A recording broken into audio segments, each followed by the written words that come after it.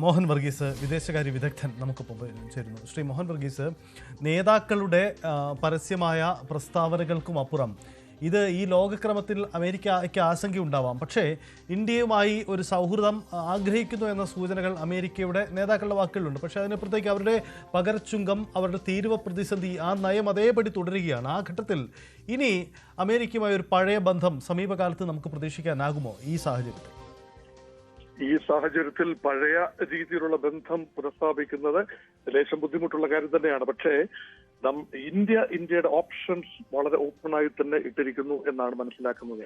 കാരണം അമേരിക്കൻ വ്യാപാര സെക്രട്ടറിയുടെ ഭാഗത്ത് നിന്ന് അത്ര അഭിലഷണീയമല്ലാത്ത ഒരു പ്രസ്താവന കഴിഞ്ഞ ദിവസം ഉണ്ടായി. ഡൊണാൾഡ് ട്രംപ് അതിനെ മയപ്പെടുത്തുന്ന രീതിയിൽ സംസാരിക്കുന്നതെന്ന് കണ്ടു. നരേന്ദ്രമോദി ഇപ്പോഴും തന്റെ നല്ല സുഹൃത്താണ്. റഷ്യയുമായി വ്യാപാര ബന്ധം പുലർത്തുന്നതിൽ ഉള്ള ഒരു വിയോജിപ്പാണ് ഭാരതവുമായി ബന്ധമുലയാൻ കാരണം.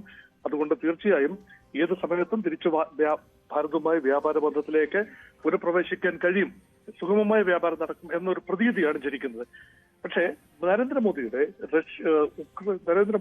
അമേരിക്ക സന്ദർശനം, ഐക്യരാഷ്ട്ര സംഘടനയുടെ ജനറൽ അസംബ്ലി മീറ്റിംഗിൽ പങ്കെടുക്കാനുള്ള നരേന്ദ്രമോദിയുടെ സന്ദർശനം ഉണ്ടാവില്ല എന്ന രീതിയിലാണ് റിപ്പോർട്ടുകൾ വരുന്നത്. അതിന് പകരം വിദേശകാര്യമന്ത്രി എസ് ജയശങ്കർ ഒരുപക്ഷെ പങ്കെടുത്തേക്കാം. ഇതൊരു വലിയ സൂചന തന്നെയാണ്. കാരണം ഉലയുന്ന ബന്ധങ്ങളെ കുറിച്ചുള്ള വലിയൊരു സൂചന തന്നെയാണ് ഇപ്പോൾ സംഭവിച്ചുകൊണ്ടിരിക്കുന്നത്. കാരണം സാധാരണഗതിയിൽ ഇന്ത്യൻ പ്രധാനമന്ത്രി അമേരിക്ക സന്ദർശനം ഉപേക്ഷിക്കാറില്ല. പ്രത്യേകിച്ചും ഐക്യരാഷ്ട്ര സംഘടനയുടെ ജനറൽ അസംബ്ലിയിൽ ലോക നേതാക്കൾ പങ്കെടുക്കുന്ന അവസരത്തിൽ ഇന്ത്യൻ നേതൃത്വം പങ്കെടുക്കാതിരിക്കുന്നത് അത്ര സ്വാഭാവികമായ ഒരു കാര്യമുണ്ട്. ഇത് അമേരിക്കയുടെ മണ്ണിൽ വെച്ച്, ന്യൂയോർക്കിൽ വെച്ച് നടക്കുന്ന സമ്മേളനത്തിൽ ഇന്ത്യ പ്രധാനമന്ത്രി അയക്കുന്നില്ല എന്ന് പറയുമ്പോൾ അതിൽ ഏറെ അർത്ഥതലങ്ങൾ വായിച്ചെടുക്കേണ്ടതുണ്ട്. അതുകൊണ്ടാണ് അമേരിക്കയുമായിട്ടുള്ള ബന്ധം പൂർവ്വസ്ഥിതിയിൽ ആകാൻ കൂടുതൽ സമയം വേണ്ടിവരും എന്ന നിലയിൽ തന്നെയാണ്. എന്നാൽ പൂർണ്ണമായി ബന്ധമറ്റു എന്ന് പറയാനുമാവില്ല. 2 മാസത്തിനുള്ളിൽ ഇന്ത്യക്ക് അമേരിക്കയുടെ കാല് പിടിക്കേണ്ടി വരും എന്ന മട്ടിൽ അമേരിക്കയുടെ വ്യാപാര സെക്രട്ടറി നടത്തിയ ഒരു പ്രസ്താവന വലിയ രീതിയിലാണ് ഇന്ത്യൻ മനസ്സുകളെ വേദനിപ്പിച്ചത്. ഇന്ത്യൻ വിദേശകാര്യ തിങ്ക് ടാങ്ക് അതിനെ അസെപ്റ്റ് ചെയ്യുന്നത് അത്ര ഹെൽത്തിയായ ഒരു കമന്റ് ആയിട്ടല്ല. അതിനുള്ള സ്വാഭാവിക റിയാക്ഷൻ എന്ന നിലയിൽ വേണം ഇതിനെ കാണാനെന്നാണ് എനിക്ക് തോന്നുന്നത്. മോഹൻ വർഗീസ്, ഒരു കാര്യം, ഈ ഇന്ത്യ നയിക്കുന്ന അല്ലെങ്കിൽ ഒരു പുതിയ ലോകക്രമത്തിന് ശ്രമിക്കുന്നു എന്ന വാർത്തകളൊക്കെ ഒരു സൈഡിലുണ്ട്. പക്ഷേ അതിനും ചില പ്രായോഗിക തടസ്സങ്ങളും പ്രതിസന്ധികളും ഉണ്ടല്ലോ. സ്വാഭാവികമായും അമേരിക്കയിൽ നിന്നൊരു നിലപാട് മാറ്റം ഇന്ത്യ ആഗ്രഹിക്കുന്നുണ്ടാവാം, പ്രതീക്ഷിക്കുന്നുണ്ടാവാം. പക്ഷേ നിലവിൽ അതിൻ്റെ ഒരു സൂചനകളും പുറത്തു വരുന്നില്ലല്ലോ. ഈ 50% തീരുവ നയം അത് അതേപടി വരെ തുടരുമെന്നല്ലേ?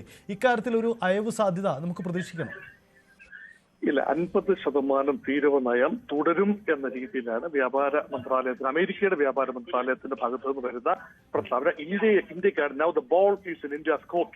അതായത് ഇന്ത്യക്ക് വേണമെങ്കിൽ റഷ്യയുമായിട്ടുള്ള വ്യാപാര ബന്ധം പുനഃപരിശോധിക്കാം, എണ്ണ വാങ്ങുന്ന കാര്യത്തിൽ നിയന്ത്രണം ഏർപ്പെടുത്താം. അമേരിക്കയ്ക്ക് ഇനിയൊന്നും ചെയ്യാനില്ല. പറഞ്ഞു, പ്രഖ്യാപിച്ചു. 50% തീരുവ, ഇരട്ട തീരുവ നിലവിൽ ഉണ്ടാവും. അത് ഉടനടി പിൻവലിക്കാൻ സാധ്യതയില്ല എന്ന രീതിയിലാണ് സംസാരം. പക്ഷെ ഒന്നും വ്യാപാരമാണ്. ഇത് അമേരിക്കയാണ്, ഇത് ട്രംപ് ആണ്, ഇത് വ്യാപാരമാണ്. എന്തും സംഭവിക്കാവുന്ന നിലയിലാണ്. അത് മാത്രമല്ല ഇന്ത്യയുടെ പോളിസി സ്ട്രാറ്റജിക് ഓട്ടോണമി എന്നാണ്. അതായത് ഏതെങ്കിലും രാജ്യവുമായി മാത്രം ആശ്രയത്വം പുലർത്തുന്ന ഒരു വിദേശ നയമല്ല. വ്യാപാര നയം all options are open before India.